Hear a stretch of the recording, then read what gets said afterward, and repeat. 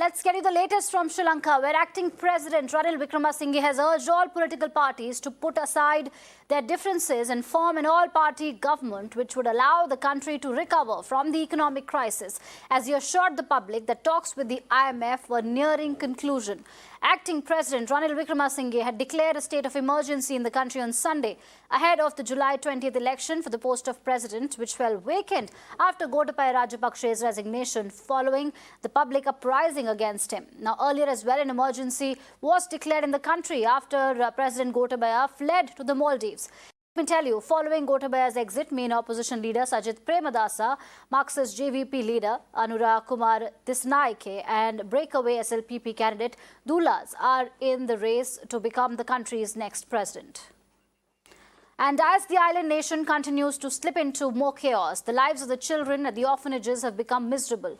Devoid of all necessities, sadly, only a bleak future awaits them. To help shape the lives of these children amid the chaos, Indian expats in Lanka have come to their rescue. Indians present in Sri Lanka have now taken a pledge to provide meals to these orphans 3 times a day. My colleague Priyank brings this report. Must have seen the long queues outside the petrol station reported by me, and now I have come to an orphanage where Indians have taken a pledge that they will provide meal to all those children who have been staying here because life is very tough for them. Over the period of the last few months, for the next 3 months, the Indians will be providing food for at least 100 days to all these children who have been staying in these orphanages. The basic concept behind this is to provide them all the sorts of attention, all the sorts of remedies so that they can continue with the studies. Things have been very tough for them because their school vans have stopped coming because of the fuel shortage. There are teachers who are teaching them inside this orphanage only. They know that they have to continue the study. If at all they don't do so, then their life will be very difficult over the period of next few. I like to play and computer games, dancing, singing. They like very well. How many children do stay here? Up to now, 18 children are there. Okay. Things have been very difficult, must have been for you for the last 4 months. No fuel or shortage. They are not able to go to schools also. Yes, very difficult. We do our best that moment.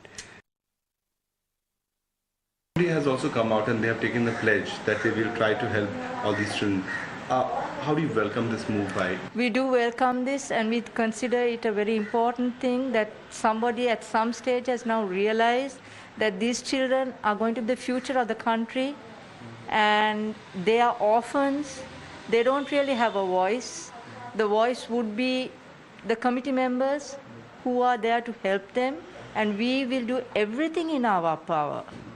So we really do welcome this help. How difficult it has been for the last 4 months? It has been extremely difficult because there has been not only an economic crisis, we are undergoing a fuel crisis, right? With the fuel crisis, we used to have a person who used to have a van who used to take the children to school, but it became impossible because no fuel, no way to take the children.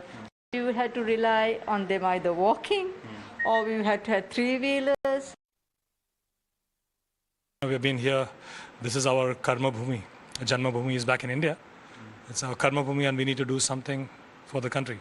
And it took us good 1 month time to figure out what to do, because when we decided to do something, there was so many people, so many societies were deprived, and everybody was equally bad, So we took a month's time, did some R&D, and finally we found out that the kids living in the orphanages are the most vulnerable, in the sense they don't have parents.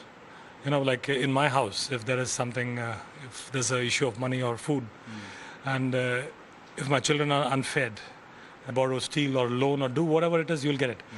That opportunity is not there for them. These orphanages normally survive with the government grants and the donations, and also the donation given by the local people, which is kind of. So we thought, let's help these small little children. They are from 1 year old to 18 years old.